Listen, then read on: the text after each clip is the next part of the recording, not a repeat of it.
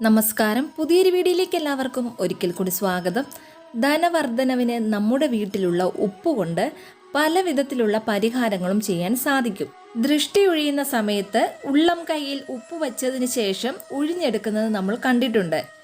ഐശ്വര്യമുണ്ടാകാനും കുടുംബ പ്രശ്നങ്ങൾ തീരുന്നതിനും വേണ്ടി ക്ഷേത്രങ്ങളിൽ ഉപ്പ് വാങ്ങിക്കൊടുക്കാറുമുണ്ട്. അതുപോലെ തന്നെ പാപങ്ങൾ തീരുന്നതിന് വേണ്ടി ഉപ്പ് നിറഞ്ഞ കടൽ വെള്ളത്തിൽ സ്നാനം ചെയ്യുന്നതും നമ്മൾ ധാരാളം കണ്ടിട്ടുണ്ട്.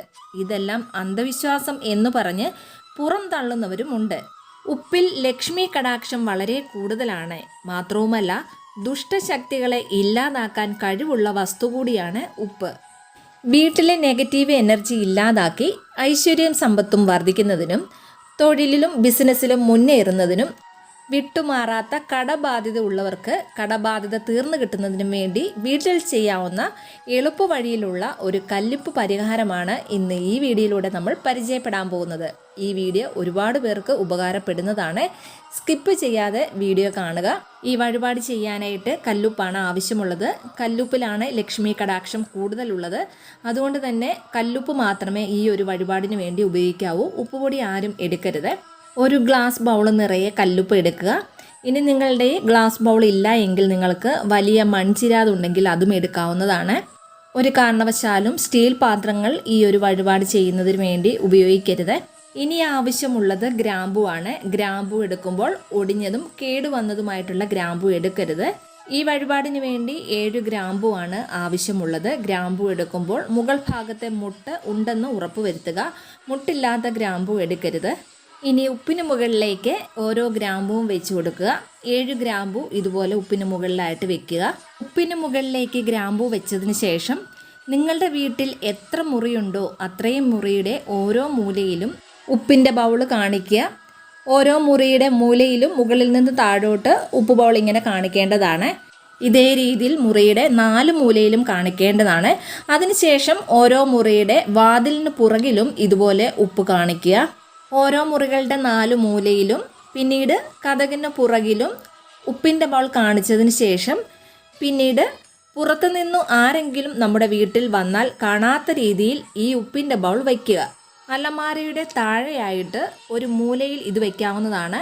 ഉപ്പ് വയ്ക്കുമ്പോൾ ഒരിക്കലും അടച്ചു വെക്കരുത്. ഈ ഉപ്പ് ഇതേ രീതിയിൽ തുറന്നു തന്നെയാണ് വെക്കേണ്ടത്. കബോർഡിൻ്റെ ഉള്ളിൽ നിങ്ങൾക്ക് വെക്കാവുന്നതാണ്. കബോർഡിൻ്റെ ഉള്ളിൽ വെക്കുമ്പോഴും ഒരു മൂലയിലായിട്ട് വേണം ഇത് വെക്കേണ്ടത്. ഏതു ഭാഗത്ത് വെച്ചാലും ഒരു മൂലയിലായിട്ട് ഉപ്പ് വയ്ക്കുക. ഇങ്ങനെ ചെയ്യുമ്പോൾ വീട്ടിലെ നെഗറ്റീവ് എനർജി മുഴുവനും കല്ലുപ്പ് ആഗിരണം ചെയ്യുന്നതാണ്. നെഗറ്റീവ് എനർജി ഇല്ലാതായാൽ വീട്ടിൽ സന്തോഷവും ഐശ്വര്യവും നിലനിൽക്കും.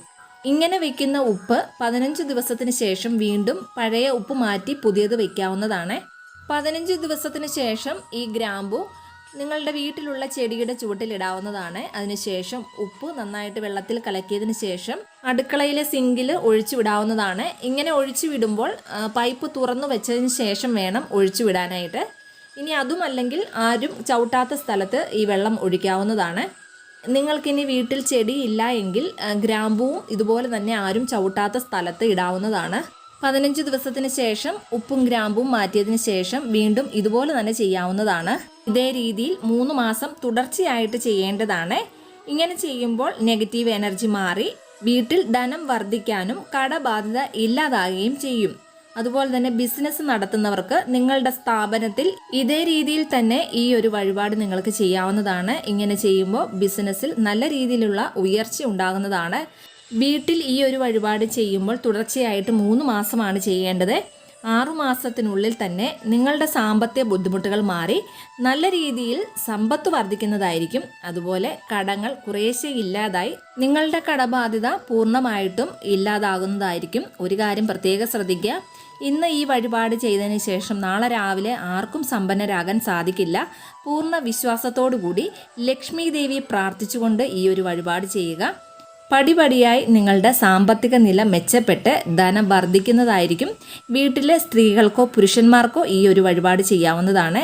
ഉപ്പും ഗ്രാമ്പുവും ലക്ഷ്മി കടാക്ഷം ഏറെയുള്ള വസ്തുവാണ്. അതുകൊണ്ട് തീർച്ചയായിട്ടും ഈ ഒരു വഴിപാട് ചെയ്യുക വഴി വീട്ടിലെ നെഗറ്റീവ് എനർജി മാറുകയും ലക്ഷ്മി ദേവിയുടെ കടാക്ഷം വീട്ടിലുണ്ടാകുകയും ചെയ്യും. ലക്ഷ്മി കടാക്ഷം ഉണ്ടെങ്കിൽ തന്നെ സമ്പത്തും ഐശ്വര്യവും എക്കാലവും നിലനിൽക്കുന്നതായിരിക്കും.